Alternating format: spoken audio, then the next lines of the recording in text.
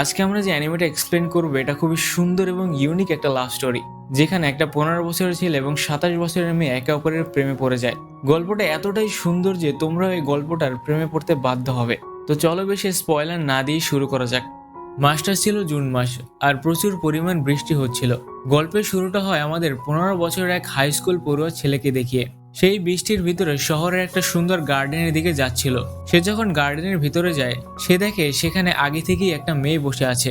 তাকাও এর আগে অনেকবার এই গার্ডেন এসেছে, কিন্তু সে কখনোই এই মেয়েকে দেখেনি। মেয়েটার নাম ছিল ইউকিনো, আর তার বয়স ছিল 27 বছর। মেয়েটা তাকাওকে দেখা মাত্রই তাকে বসতে দেয়। এরপর তাকাও সবসময়ের মতো তার জুতোর ডিজাইন আঁকতে থাকে। তাকাওর স্বপ্ন ছিল সে বড় হয়ে একজন শু মেকার হবে, কিন্তু সে তার এই স্বপ্নের কথা তার ফ্যামিলি বাদে অন্য কারো কাছেই কখনো শেয়ার করেনি। তাকাও খেয়াল করে মেয়েটা একসাথে বিয়ার এবং চকলেট খাচ্ছে, যেটা স্বাস্থ্যের জন্য খুবই ক্ষতিকর। তাকাও মনে মনে ভাবতে থাকে, আমি হয়তো এই মেয়েটাকে আগে কোথাও দেখেছি। আর হঠাৎই তার হাত থেকে রাবারটা পড়ে যায়। মেয়েটা আবার সেই রাবারটা উঠিয়ে দেয়, আর তাকাও তাকে থ্যাঙ্কস বলে আর জিজ্ঞেস করে আমাদের কি আগে কখনো দেখা হয়েছে। ইউকিনো বলে না তো। ইউকিনো তাকাওর দিকে তাকালে তার গায়ে একটা স্কুল ইউনিফর্ম দেখতে পায়, আর এটা দেখে সে একটু চমকে যায় আর মুচকি হেসে বলতে থাকে এটাই হলো সঠিক সময়। তখন সে একটা জাপানিজ বিখ্যাত কবিতা বলে, আর সেটা যদি বাংলায় হতো তাহলে সেটা এরকম হতো। বজ্রদেবতা হালকা গর্জে ওঠে, মেঘ ঢেকে দেয় আকাশ, নামবে কি তবে বৃষ্টি তোমাকে একটু আটকে রাখার জন্য। আর এটা বলে মেয়েটা সেখান থেকে চলে যায়। আমার মতো তাকাও এর কবিতার কোনো অর্থই বুঝতে পারে না, তবে এই কবিতাটার খুবই সুন্দর একটা অর্থ রয়েছে, যেটা এই পুরো মুভিটারই অর্থ বহন করে। আর এই কবিতাটার অর্থ আমরা মুভির শেষের দিকে জানতে পারবো। এর পরের সিনে আমরা দেখতে পাই তাকাও তার বাসায় রান্না করছিল, আর তখনই তার বড় ভাই অফিস থেকে চলে আসে আর জিজ্ঞেস করে মা কোথায়। তাকাও বলে সে আবারও চলে গেছে, আর বলে গেছে আমরা যাতে তাকে না খুঁজি। আসলে তাকাওয়ের বাবা মা অনেক আগেই আলাদা হয়ে গিয়েছে, এমনকি তাকাওয়ের মাও তাদের সাথে বেশি একটা থাকতো না। এরপর রাতে খাওয়া দাওয়া শেষে তাকাও তার জুতো বানাতে বসে পড়ে, আর ইউকিনোর সেই কবিতাটা সম্পর্কে ভাবতে থাকে। তখন তাকাও তার বড় ভাইকে সেই কবিতাটা দেখায়, কিন্তু সেও কিছুই বুঝতে পারছিল না। তাকাওর বড় ভাই বলে মা যখন চলে আসবে তখন তাকেই জিজ্ঞেস করো। এর পরের দিন আমরা তাকাওকে তার স্কুলে দেখতে পাই। ওই দিন কোনো বৃষ্টি হচ্ছিল না। তাকাও মনে মনে বলতে থাকে যেদিন বৃষ্টি হয় না ওই দিন আমি স্কুলে চলে আসি, তবে আমার ক্লাস করতে মোটেও ভালো লাগে না। এর পরের দিন সকালে আবারও বৃষ্টি শুরু হয়ে যায়, আর এটা দেখে তাকাও তার মনের অজান্তেই কেন জানি খুশি হয়ে যায়। আর সেই দিন তাকাও আবার স্কুলে না গিয়ে সেই গার্ডেনে চলে যায়। সেই দিনের মতো ইউকিনো আগে থেকেই সেখানে বসেছিল। দুজনই একে অপরকে গুড মর্নিং বলে, আর তাকাও আবারও তার ড্রয়িং আঁকতে বসে পড়ে। কিছু সময় কেটে যায়। এরপর আমরা দেখি তাকাও লুকিয়ে লুকিয়ে আর চোখে ইউকিনের পা দেখছিল, আর সেটার ছবি আঁকছিল। ইউকিনো হঠাৎই তাকাওকে জিজ্ঞেস করে আজকে কি তুমি স্কুলে যাওনি। এর উত্তরে তাকাও উল্টো তাকে জিজ্ঞেস করে আপনি কি আজকে অফিস যাননি। ইউকিনো বলে আজকে আমার অফিস যাওয়ার ইচ্ছে ছিল না। তখন তাকাও একটু হেসে বলে এই জন্যই তো সকাল সকাল পার্কে বসে বিয়ার খাচ্ছ। তাকাও তাকে বুঝায় শুধু বিয়ার খাওয়া স্বাস্থ্যের জন্য অনেক ক্ষতিকর। ইউকিনো বলে তুমি তো তাহলে অনেক কিছুই জানো। তাকাও বলে সেরকম কিছুই না, আসলে আমার মাও বিয়ার খায়। ইউকিনো বলে আমার কাছে খাওয়ার জন্য কিছু রয়েছে, আর সে তার ব্যাগ থেকে অনেকগুলো চকলেট বের করে আর তাকাওকে খাওয়ার অফার করে, তবে তাকাও না করে দেয়। ইউকিনো বলে তুমি হয়তো মনে মনে ভাবছো এই মহিলা কতটাই না অদ্ভুত। তাকাও বলে সেরকমটা না। ইউকিনো বলে কোনো সমস্যা নেই, আমিও তো একজন মানুষ তাই না, প্রত্যেকটা মানুষ একটু অদ্ভুত হয়। তাকাও বলে হ্যাঁ আপনি ঠিকই বলেছেন। এরপর আরো কিছুটা সময় কেটে যায় আর বৃষ্টিও থেমে যায়, তাই তাকাও সেখান থেকে চলে যাচ্ছিল। তখন ইউকিনো জিজ্ঞেস করে এখন কি তুমি স্কুলে যাচ্ছ। তাকাও বলে আসলে যেদিন যেদিন বৃষ্টি হয় ওই দিন আমি স্কুলে যাই না, তবে এখন বৃষ্টি থেমে গেছে তাই আমাকে এখন স্কুলে যেতে হবে। ইউকিনো একটু হেসে বলে তাহলে তো আমাদের আবারও দেখা হবে যদি বৃষ্টি হয়। এরপর আমরা দেখতে পাই যেদিন যেদিন বৃষ্টি হয় সেদিন সেদিন তাকাও আর ইউকিনো সেই গার্ডেনে দেখা করত, আর যেদিন বৃষ্টি হতো না সেদিন তাকাও স্কুলে যেত এবং রাতে পার্ট টাইম জব করত। এরই মধ্যে তাকাও একদিন ইউকিনোকে তার স্বপ্নের কথা বলে। সে বলে আমি একজন শু মেকার হতে চাই।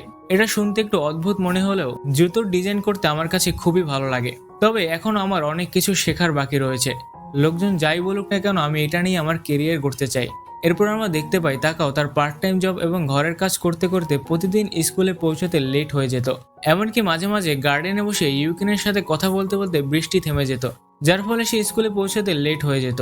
আর এরই ফলে সে প্রতিনিয়ত টিচারের কাছে বকা খেত, কিন্তু তবুও সে ইউকিনের সাথে দেখা করা বন্ধ করেনি। এরকম চলতে চলতে তাকাও একদিন অনুভব করে রাতে ঘুমানোর আগ থেকে সকালে ঘুম থেকে ওঠা অবধি সে সবসময় শুধু একটা জিনিসের অপেক্ষা করত, আর সেটা হলো বৃষ্টি। যেদিন বৃষ্টি হতো না সেদিন তাকে ইচ্ছা না থাকা সত্ত্বেও স্কুলে যেতে হতো, যেটা তার কাছে খুবই বোরিং লাগতো। সে শুধু বৃষ্টির অপেক্ষা করত। এমনকি সে ইউকিনের বিষয়ে মনে মনে ভাবতে থাকে, সে তো শুধু বড়দের দুনিয়ায় থাকে, আমার থেকে অনেক দূরে। তাকে দেখলে মনে হয় তার ভিতরে গভীর কোনো রহস্য লুকিয়ে আছে। তাকেও আরো ভাবে যে এটা তো শিওর যে সে আমাকে 15 বছরের একটা ছোট বাচ্চা মনে করে। সে হয়তো এটাও ভাবে যে শুধু জুতো বানানোই হয়তো আমাকে তার দুনিয়ায় নিয়ে যেতে পারে। এর পরের দিন আবারও বৃষ্টি হচ্ছিল, তাই তাকাও আর ইউকিনো আবারও সেই গার্ডেনে দেখা করে। তাকাও তার জুতোর ডিজাইন বানাচ্ছিল। ইউকিনো তার পিছনে গিয়ে সেটা দেখে ফেলে এবং তাকে এটা সম্পর্কে জিজ্ঞেস করে। তাকাও একটু লজ্জা পেয়ে যায়। সে বলে এটা দেখার মতো মোটেও হয়নি, তুমি ওখানে গিয়ে বসে পড়ো। একটু পর তাকাও তার নাস্তা বের করে আর ইউকিনিকেও খেতে বলে। ইউকিনো বলে আজ আমিও আমার নাস্তা নিয়ে এসেছি। তাকাও জিজ্ঞেস করে এটা কি তুমি বানিয়েছো? ইউকিনো বলে হ্যাঁ, মাঝে মাঝে আমি নিজের জন্য খাবার বানিয়ে থাকি। তাকাও বলে তাহলে চলো শেয়ার করি। ইউকিনো নিষেধ করার আগেই তাকাও ইউকিনোর নাস্তা থেকে এক বাইট মুখে দেয়, কিন্তু খাবার মোটেও ভালো ছিল না। আর এই কারণে ইউকিনো নিষেধ করছিল, কারণ ইউকিনো সেরকম একটা ভালো রান্না করতে পারে না। তাকাও একটু হেসে বলে এটা অতটাও খারাপ ছিল না, আমার কাছে ভালোই লেগেছে, আমাকে আরেকটু দেবে? এরপর তাকাও খাবার খাওয়ার পর সেখানেই ঘুমিয়ে পড়ে। আর ইউকিনো তাকাও সেই ড্রয়িং বুকটা দেখে, যেটায় তাকাও তার জুতোর ডিজাইন আঁকতো। এটা দেখার পর ইউকিনো তাকাওকে আস্তে আস্তে জিজ্ঞেস করে, হেই তাকাও, আমাদের কি অনেক দেরি হয়ে গেছে? কিন্তু তাকাও হয়তো এটা শুনতে পায় না। এরপর ইউকিনো তার বাসায় চলে আসে আর আমরা দেখতে পাই ইউকিনো কোনো একটা বিষয় নিয়ে খুবই চিন্তায় রয়েছে। রাতে ইউকিনো তার এক্স বয়ফ্রেন্ডের সাথে কথা বলছিল। ইউকিনো বলতে থাকে আগের থেকে আমার খাবার টেস্টে একটু ইমপ্রুভমেন্ট হয়েছে। ইউকিনোর এক্স বয়ফ্রেন্ড একটু খুশি হয়ে বলে তাহলে তো তোমার টেস্ট ডিসঅর্ডার ঠিক হচ্ছে। এখান থেকে আমরা বুঝতে পারি ইউকিনোর হয়তো টেস্ট ডিসঅর্ডারের মতো অসুখ ছিল, যার কারণে সে খাবারের টেস্ট ভালোভাবে বুঝতে পারতো না। আর হয়তো এই কারণেই ইউকিনো ভালোভাবে রান্না করতে পারতো না। ইউকিনো আর তার এক্স বয়ফ্রেন্ডের কথা শুনে আমরা বুঝতে পারি ইউকিনো যেখানে চাকরি করতো সেখানে কোনো একটা কারণে সে চাকরি ছেড়ে দিয়েছে, কিন্তু সে রেজিগনেশন লেটার দেয়নি, যার ফলে তাকে আরো একদিন তার কাজের জায়গায় গিয়ে একটা সাইন করে আসতে হবে। ইউকিনোর এক্স বয়ফ্রেন্ড বলে আমি সবকিছু গুছিয়ে রাখবো, তুমি শুধু এসে সাইন করে যেও। তখন ইউকিনো বলে এখন তো তুমি আমার সাথে খুবই ভালোভাবে কথা বলছো, কিন্তু যখন আমি প্রচুর পরিমাণ মানসিক চাপের মধ্যে ছিলাম তখন তো তুমি আমাকে কোনোভাবেই বিশ্বাস করোনি, শুধু আশেপাশের গুজবগুলোই বিশ্বাস করে গেছো। এখান থেকে বোঝা যায় ইউকিনো আর ইউকিনোর এক্স বয়ফ্রেন্ড হয়তো একই জায়গায় কাজ করত, আর সেই জায়গায় হয়তো এমন কোনো গুজব ছড়িয়ে পড়েছিল যার কারণে ইউকিনো সেখান থেকে চাকরিটা ছেড়ে দেয় আর তার এক্স বয়ফ্রেন্ডের সাথে তার ব্রেকআপ হয়ে যায়। আর এসব কারণেই হয়তো ইউকিনো প্রচুর পরিমাণ মানসিক চাপের মধ্যে দিয়ে যাচ্ছিল, আর এখনও সে সেটা ভালোভাবে কাটিয়ে উঠতে পারেনি। কিন্তু আসলে সমস্যাটা আসলে কোথায় এবং ইউকিনো যেখানে কাজ করতো সেখানে আসলে কি এমন সমস্যা হয়েছিল যার কারণে ইউকিনোকে চাকরিটা ছাড়তে হলো, এটা আমরা মুভির শেষের দিকে জানতে পারবো। এর পরের দিন তাকাও আর ইউকিনো আবারও সেই গার্ডেনে দেখা করে আর ইউকিনো তাকাওকে একটা শু মেকিং এর বই গিফট করে। তাকাও এটা দেখে বলে এটা তো খুবই দামি একটা বই, তোমাকে অনেক ধন্যবাদ। তাকাও আরো বলে আমি দুইটা জুতোর ওপর কাজ করছি, যার ফলে এই বইটা আমার খুবই কাজে আসবে। ইউকিনো জিজ্ঞেস করে তোমার নিজের জন্য জুতো বানাচ্ছ? তাকাও বলে আসলে না, সেটা আসলে একটা লেডিস শুজ, কিন্তু আমি সেটার সাইজ এবং শেপের জন্য সেটা ভালোভাবে বানাতে পারছি না। এটা শুনে ইউকিনো তার পায়ের জুতা খুলে তার পা তাকাওর সামনে রাখে, যাতে তাকাও তার পায়ের মাপটা নিয়ে সেই জুতাটা ভালোভাবে বানাতে পারে। তাকাও একটু লজ্জা পেলেও তার পা টাচ করে আর তার পায়ের মাপ নিতে থাকে। দুজনে একটু লজ্জাও পাচ্ছিল আবার খুশি হচ্ছিল। তখনই ইউকিনো বলে তুমি জানো আমি কবে যে হাঁটা ভুলে গেছি এটা আমি নিজেই জানি না। তাকাও জিজ্ঞেস করে এটা কি তোমার জবের বিষয়? ইউকিনো বলে হ্যাঁ, সাথে আরো অনেক কিছুর। ইউকিনো তার ডিপ্রেশনের বিষয়ে তাকাওকে কিছু একটা বলতে চাচ্ছিল, তখন তাকাও মনে মনে বলতে থাকে আমি তোমার বিষয়ে কিছুই জানি না, তোমার নাম কি, তুমি কোথায় থাকো, তুমি কি কাজ করো আমি কিছুই জানি না, কিন্তু তবুও কেন জানে আমি তোমাকে খুবই পছন্দ করি। এরপর কিছুদিন কেটে যায় আর হঠাৎই বৃষ্টি পড়া থেমে যায়, কারণ বৃষ্টির মৌসুম শেষ হয়ে গেছে। তাই ইউকিনো আর তাকাওর দেখা করা বন্ধ হয়ে যায়। তবু ইউকিনো নিজেকে সান্ত্বনা দিয়ে বলে যাক এখন তো প্রতিদিন স্কুলে তো যাবে। কিন্তু ইউকিনো এটাও বলতে থাকে কতই না ভালো হতো যদি এই বৃষ্টি কখনোই না থামতো। আমরা দেখতে পাই ইউকিনো প্রতিদিন বৃষ্টি না হওয়া সত্ত্বেও সেই পার্কে গিয়ে বসে থাকতো আর মনে মনে তাকাওয়ের অপেক্ষা করত। অন্যদিকে আমরা দেখতে পাই তাকাও তার বড় ভাইয়ের বাসা পাল্টানোর জন্য সাহায্য করছিল। তখন তার বড় ভাইয়ের গার্লফ্রেন্ড তাকে দুপুরের খাবার খেয়ে যেতে বলে, কিন্তু তাকাও তার পার্ট টাইম জবের জন্য সেটা না করে দেয়। তাকাও যখন সেখান থেকে চলে যায় তখন তার বড় ভাই তার গার্লফ্রেন্ডকে বলে তুমি যে ওর পায়ে যে জুতো দেখেছো সেটাও নিজেই বানিয়েছে। এটা শুনে তার গার্লফ্রেন্ড তাকাওয়ের জন্য অনেক খুশি হয়। এরপর সামার ভ্যাকেশন চালু হয়ে যায় আর তাকাও আরো বেশি বেশি পার্ট টাইম জব করতে থাকে, যাতে সে তার শু মেকিং এর জন্য আরো কিছু টাকা জমাতে পারে। এইদিকে ইউকিনো আরো ডিপ্রেশনে চলে যাচ্ছিল। তাকাও মনে মনে ইউকিনোকে অনেক মিস করত, তার কথা সে সারাদিনই ভাবতে থাকতো। কিন্তু তার সেই গার্ডেনে যাওয়ার মতো কোনো বাহানাই ছিল না। তবুও তাকাও মনে মনে ইউকিনোকে বলতে থাকে, আমি তোমার জন্য এমন জুতা বানাবো যেটা আবারও তোমাকে হাঁটতে বাধ্য করবে। অন্যদিকে ইউকিনো প্রতিদিনই সেই পার্কে গিয়ে বসে থাকতো আর ভাবতো কবে যে একটু বৃষ্টি হবে। এরকম চলতে চলতে সেপ্টেম্বর মাস চলে আসে। আমরা তাকাওকে তার স্কুলে দেখতে পাই। তাকাও এবং তার কিছু ফ্রেন্ড তাদের সামার ভ্যাকেশন নিয়ে আলোচনা করছিল। তাকাওর ফ্রেন্ডরা বলে, আমরা সামার ভ্যাকেশনে খুবই মজা করেছি। তাকাও বলে, আমি তো শুধু পার্ট টাইম জবই করেছি।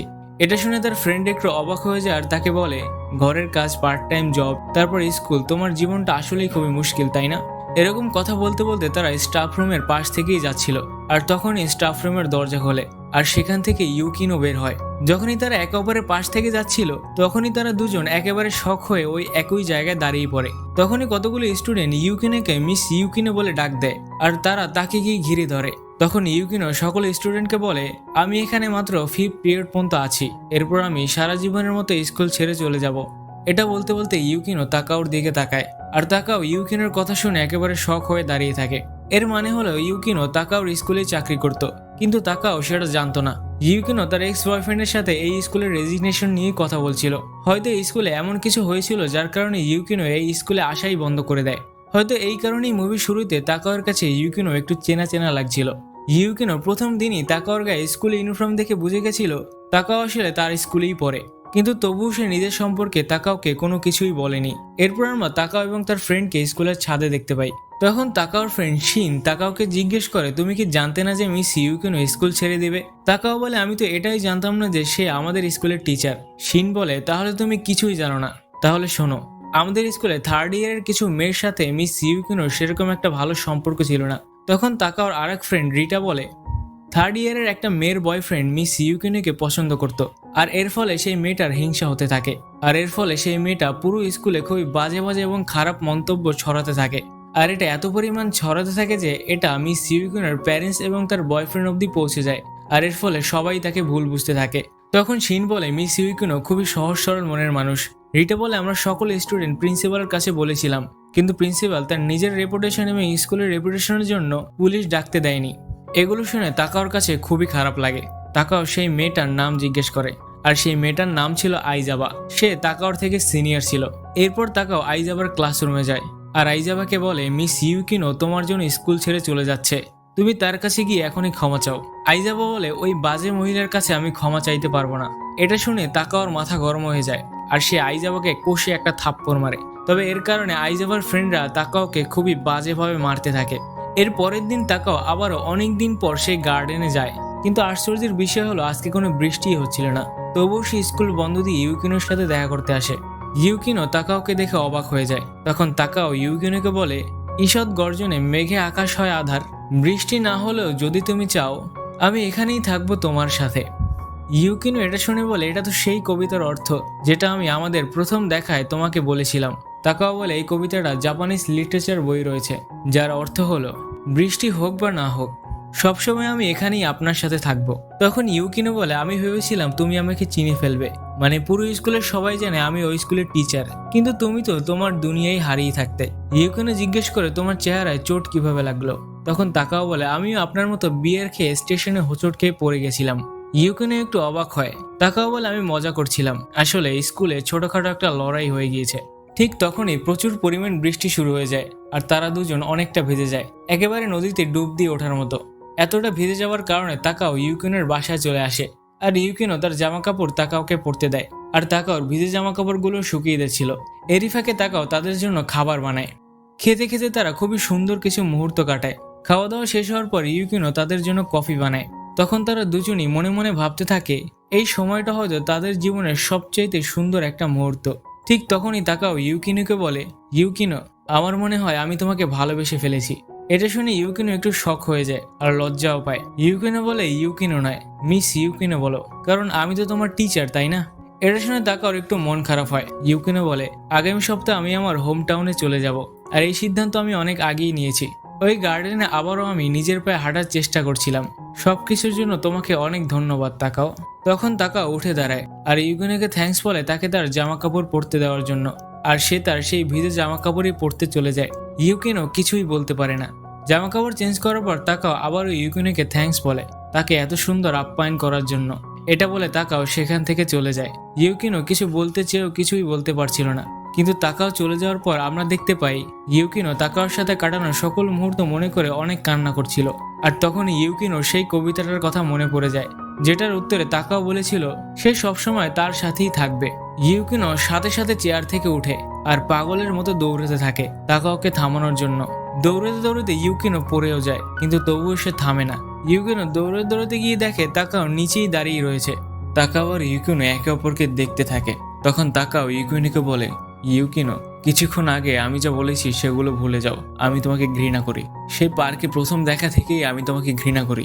তাকাও কান্না করতে করতে চিৎকার করে বলতে থাকে, সকাল সকাল বিয়ার খাওয়া, অর্থহীন কবিতা বলা, অন্যের কথা সবসময় শুনবে কিন্তু নিজের বিষয়ে কোনো কিছুই বলবে না। তুমি তো জানতে যে আমি একজন স্টুডেন্ট, কিন্তু তবুও তুমি কিছুই বলনি। যদি আমি জানতাম যে তুমি একজন টিচার, তাহলে আমি কখনই আমার শু মেকিং এর স্বপ্নের বিষয় তোমাকে বলতাম না। তুমি তো এটাই ভাবো যে আমি কিছুই করতে পারবো না। তুমি তো ভেবেছো এই বাচ্চাটার সাথে একটু টাইম পাস করা যাক। তাহলে বলে ফেলো আমি যা হতে চাই তা আমি কখনোই হতে পারবো না।